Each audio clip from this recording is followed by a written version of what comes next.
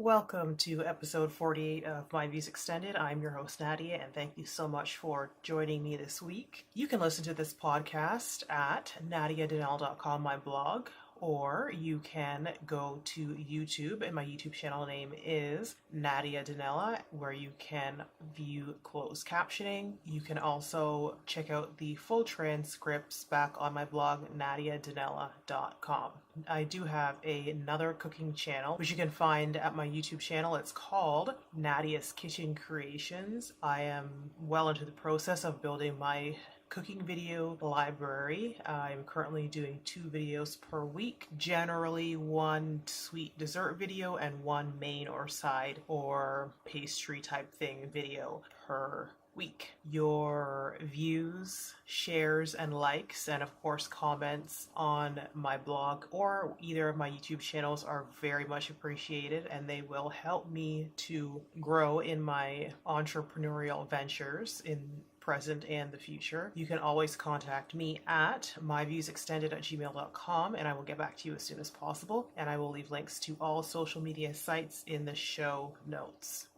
Are you sick of hearing about the results of the US election yet? It just happened last week, but I'm kind of a little bit sort of sick of it. I am glad that it's over with. What I'm not so glad about are with the racist bigots that feel that they are now free to express to the world all that they have said and believed in the privacy of their own homes and inner circles throughout the years or their entire lives. That is definitely not okay, and it never will be. But I hope that no one is surprised. The only way I think that you could be surprised if you're living in some kind of a bubble of privilege, and I will say, rough or not, that I'm glad that it's been popped. I said this on the day after the US elections that Trump winning is the kick in the butt that many people who did not support him, that's what they needed to become more involved in civil and social matters within their individual communities. Now, I'm not saying everybody is going to become a political aficionado,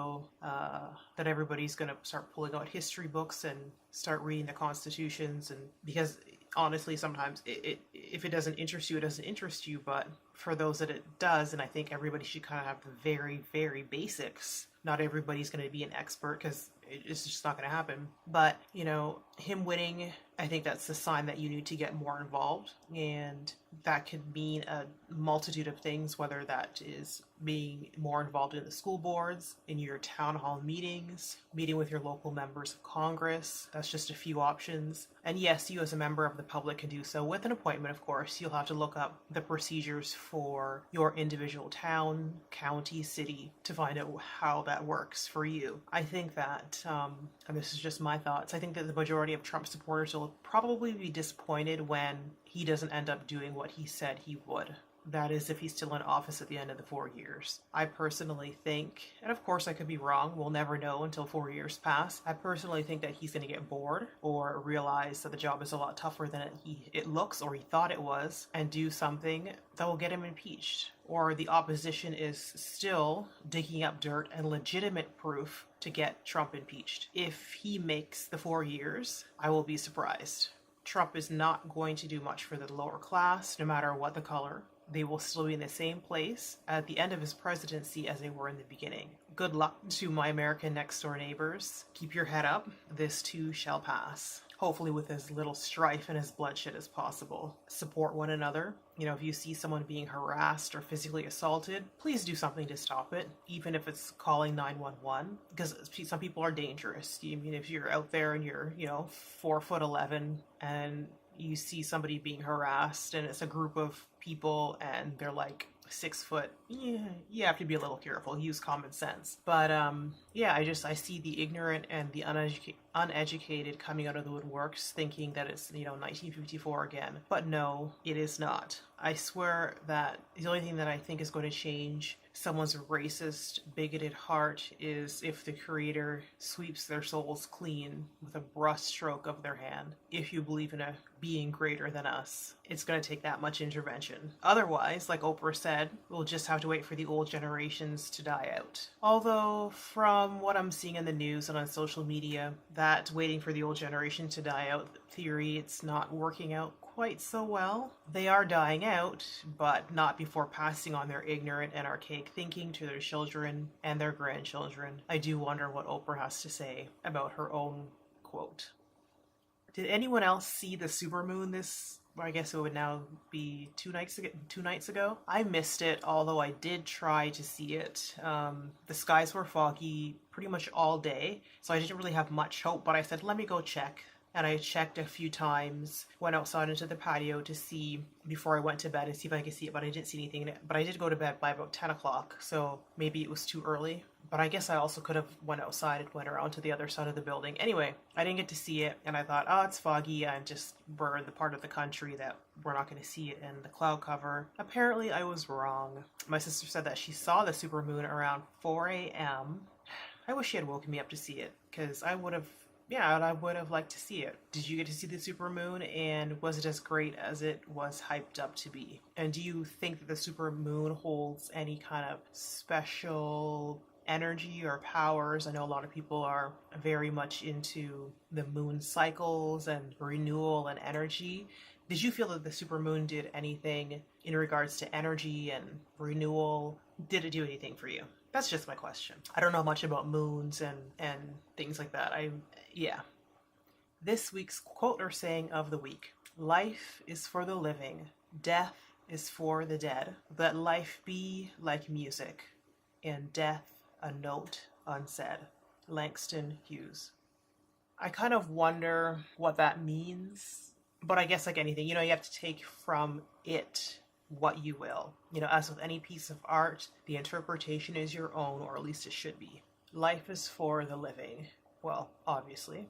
Death is for the dead, obviously. Let life be like music.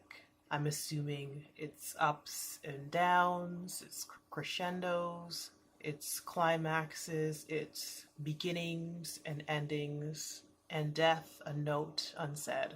My interpretation meaning those who are dead, therefore they can't come back to say this is what happened. Not talking about people who have near-death experiences, but people who are dead and don't come back. We will never know what death was like for them. We will never know what life is like on the other side of living.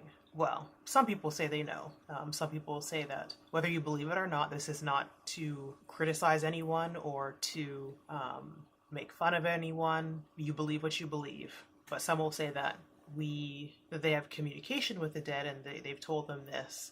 But at the same time, the information that they've been told by people who are dead is very limited because we're not supposed to know. We will only know when we are on the other side. And death, a note unsaid. Langston Hughes. I don't know. Sometimes I don't have a lot to say about my quotes. I just like to say them because they said something to me at the time of my life, or that time, or literally that day. So life is for the living, death is for the dead. Let life be like music, and death a note unsaid. What I'm grateful for this past week. I'm grateful for continued clarity and I would say a lot of introspection of my life and the life of others. I lost a new friend this past week, and it has once again brought about feelings of the meaning of life for me. And I say new friend because, it was a very new friendship, and we were just getting to know each other, and so I don't have the deep feelings of somebody who, I've known them my entire life, for example, or I've known them for 10 years. It was a very new friendship. But still, it brought about a lot of feelings, like I said, of the meaning of life. Why are we here? What is our purpose? What is the purpose? Is there a point to it all, a point to life, especially if it's so brief for some of us? I think even more so than usual, what happens to us when we die?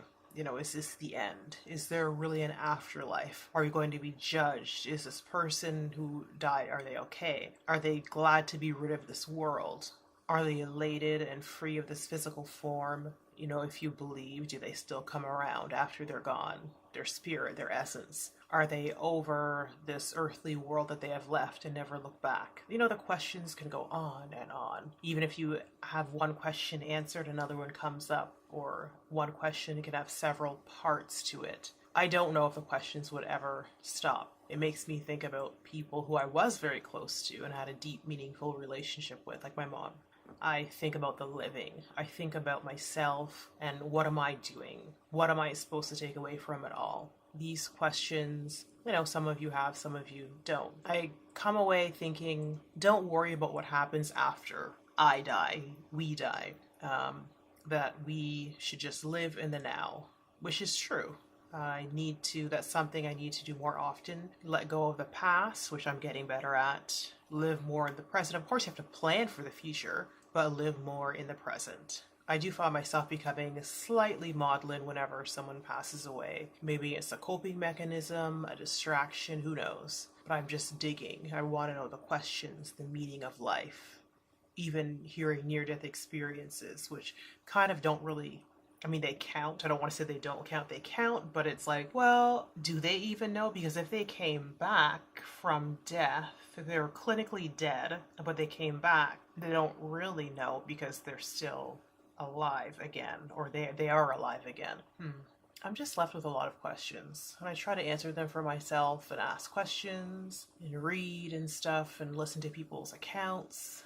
I don't know. So I guess this week I'm just grateful for allowing myself to adjust to the new reality. That death is just something, and of course I realized this before now, but death is just something that happens to us all in life. And it will continue to happen. The longer we're alive, the more death we're going to experience, no matter what the relationship was with the people, whether it's somebody you knew or somebody you just heard about or saw in the news. Yeah, it just sucks that we're having to deal with the passing of somebody and whatever relationship you had with them, and they're gone.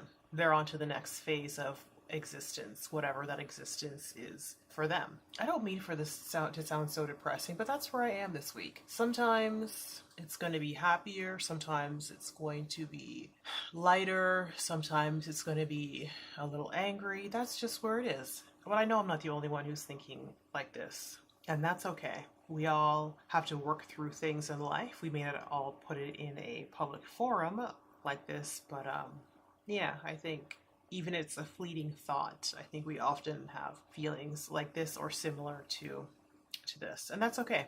Embrace your feelings and move on. That's okay. That's what life is about, or part of it anyways. Thank you for tuning into episode 48 of My Views Extended. I would love to hear feedback and comments on what you think of this podcast and the topics that I've discussed this week. I love online interaction, so please drop your questions or opinions respectfully in the comment section. None of us will ever agree on the same things, so if you don't agree with or like what I say, kindly move on to someone else's podcast. You can listen to My Views Extended at nadiajanela.com and on YouTube, where you can subscribe, like, rate, and or leave a comment, and where closed captioning is available. I will leave links in the show notes, and as more listening platforms are added or changed, I will let you know. Till next time, this is Nadia.